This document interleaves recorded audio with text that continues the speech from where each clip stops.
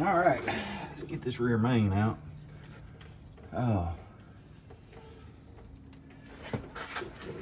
that's kind of the way I do them. Take a self-tapping screw. Well, these. Oh, this is the new style. Nah, new style you can usually.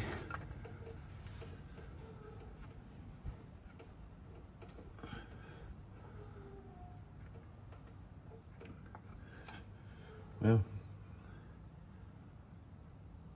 usually pull that wear ring and get a good pry on it and get it started.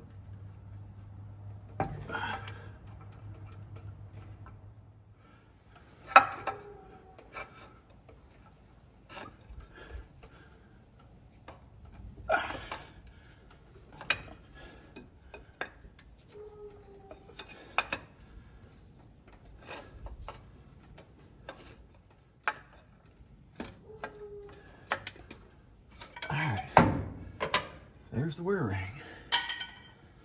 Now to get the other seal out, or the seal itself out.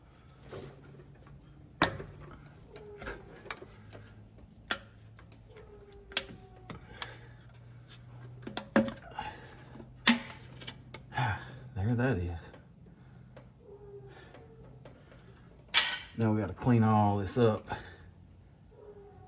and get the get that sealant off of the housing there. Then we stick the new one in.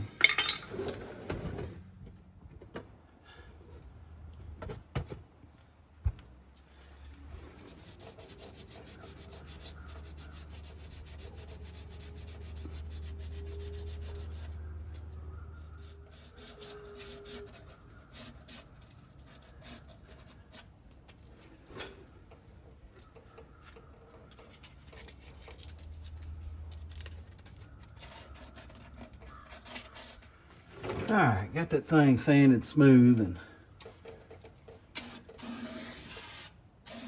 shoot a little brake clean in there.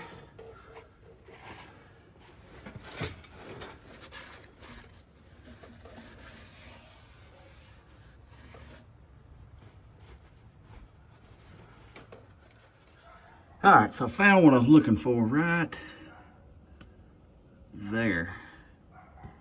A little rough spot right there. And a little rough spot. Focus, baby. Right there. These, I figured as old as this truck was, it would have had a two-piece seal in it one time. These are all two-piece seals, but they have redesigned this where that wear ring would actually pull out. Used to, it was just a regular wear ring, just a sleeve. So once you put it in there, you had to take a chisel and go and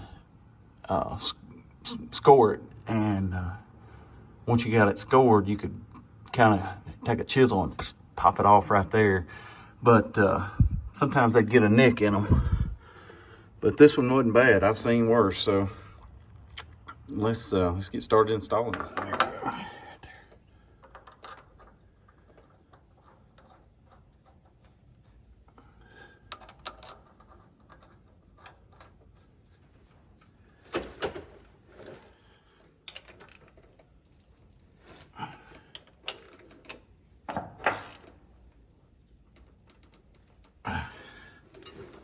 All right, so we got our installer on. All right, I gotta put this thing in rotation that way. Okay, it says here install dry. Okay, sounds painful, but whatever. All right, so we'll get that thing started just like that, and we'll put our driver on here, just like that.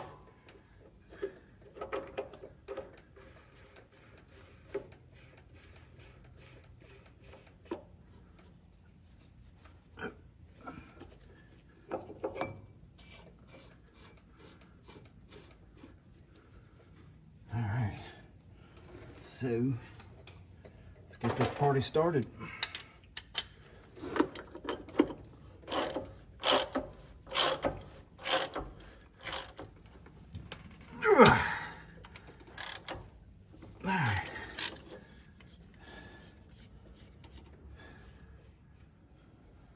right, so a rear main seal is in here. This wear ring goes flush against this, and that seal, oh, my light went dead. Time to get out and charge it, but that seal will go up in this housing just a little bit, not much. You'll feel it bottom out, but that should do it. All right, time to, I'm gonna charge this light, get me a drink of water, and take a break. Okay, so couldn't find my lineup pins. Had to do this the old-fashioned way. All right, so I rolled my flywheel around to where my lineup pin will be right there. So let's get her picked up. Just like that. And where are we at here?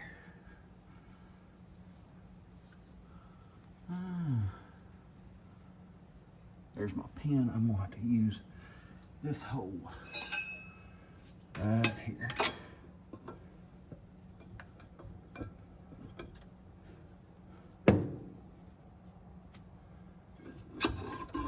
There we go.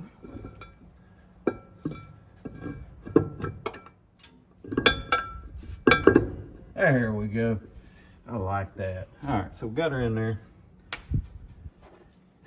Let's just stick a bolt in there so she don't fall. All right. All my bolts, I cleaned them up a little bit ago. Washed them, cleaned the threads, so I just put a dab. Oh, crap. All right, so let's put just a dab. Put just a dab of Loctite on this thing.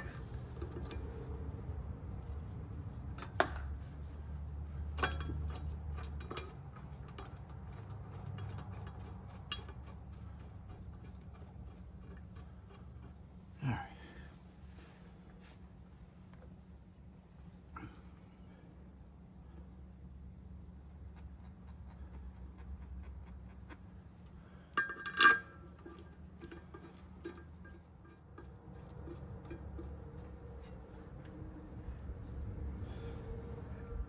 All right, got them in.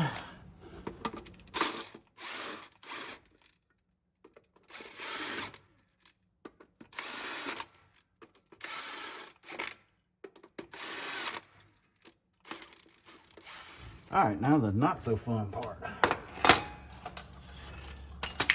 is getting this unit up in here and torquing these down to 200 foot-pounds.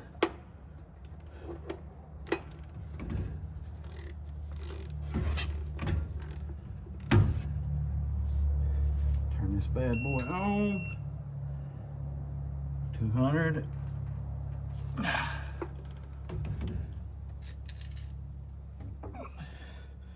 155.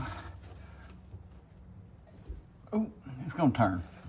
I figured that. All right, so it turned at 172.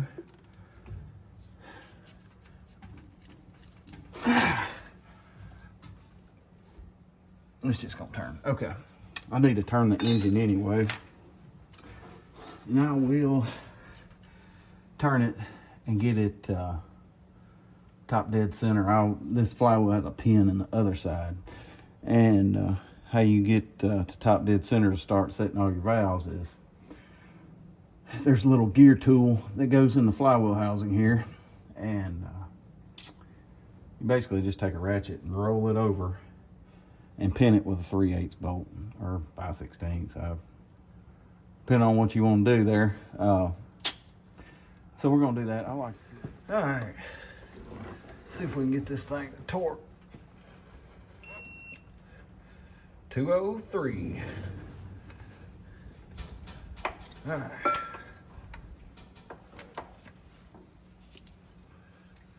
Mark it so I know which ones I did.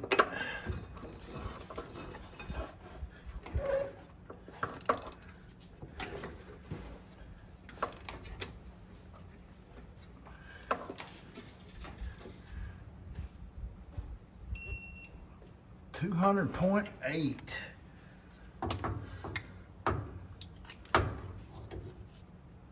Come on, baby, Mark.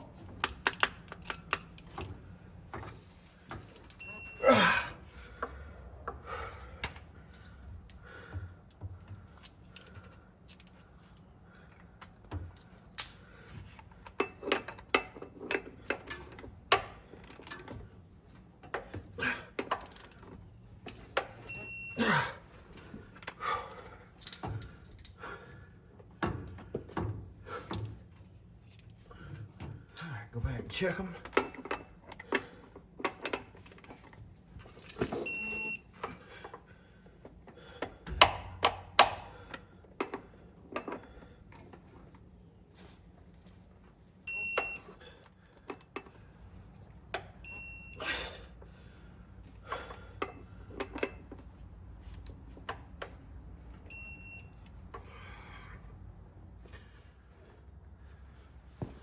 Alright, so now comes the fun part. My buddy let me borrow this jack, and I'm not used to using this, so we'll just see how it goes. Remember, children, live with your back, not with your legs.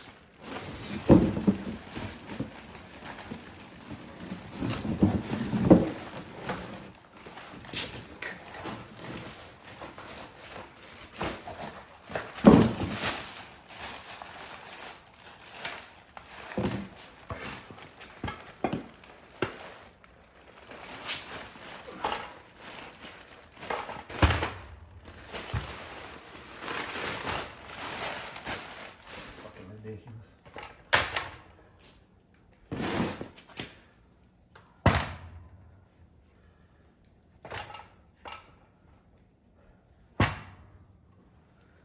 Somewhere about right around there.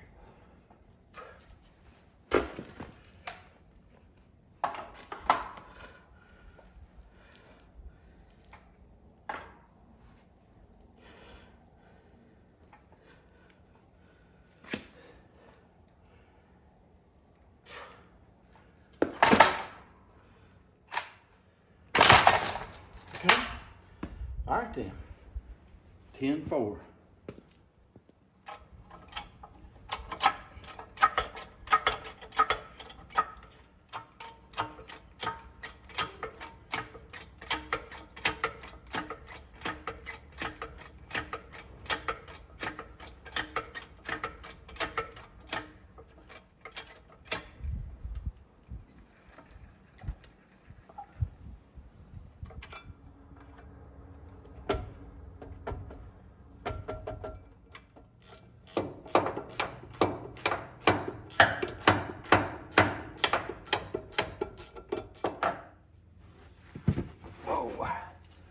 All right, get in here and torque these things down. I think it goes for, I think the book said like 60, 70 pounds, something like that. I'm gonna get it.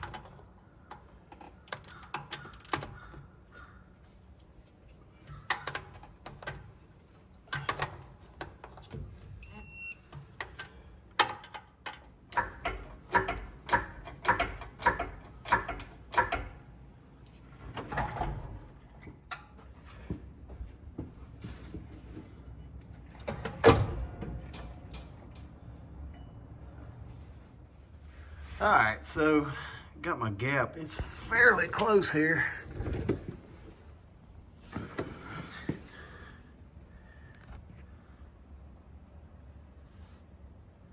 All right, input shaft's going in the clutch. Looks like it's going pretty good.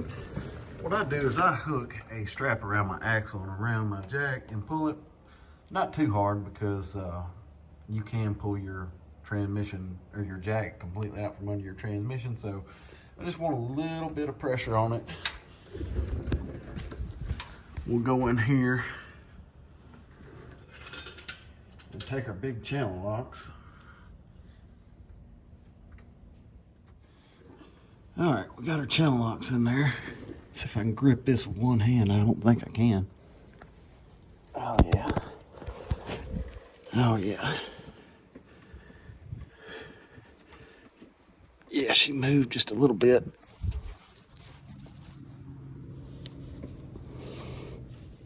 All right, so let's give her a ratchet here.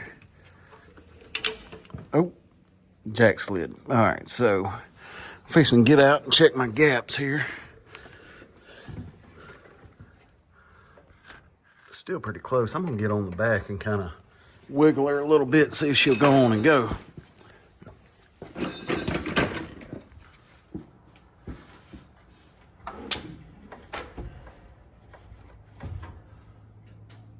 Oh yeah. All right, I think that's tight enough to put a bolt in it and see if it'll run the rest of the way up. Double check this. All right, let's take this clutch arm.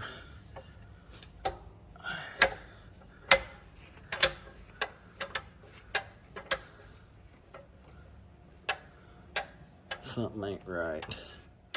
Okay, so I knew something was fishy with this, and I should have done a little investigating, but I thought, no, we'll figure it out once we get it in there, and yeah, dummy me. So what was happening here is our clutch arm was hitting right here.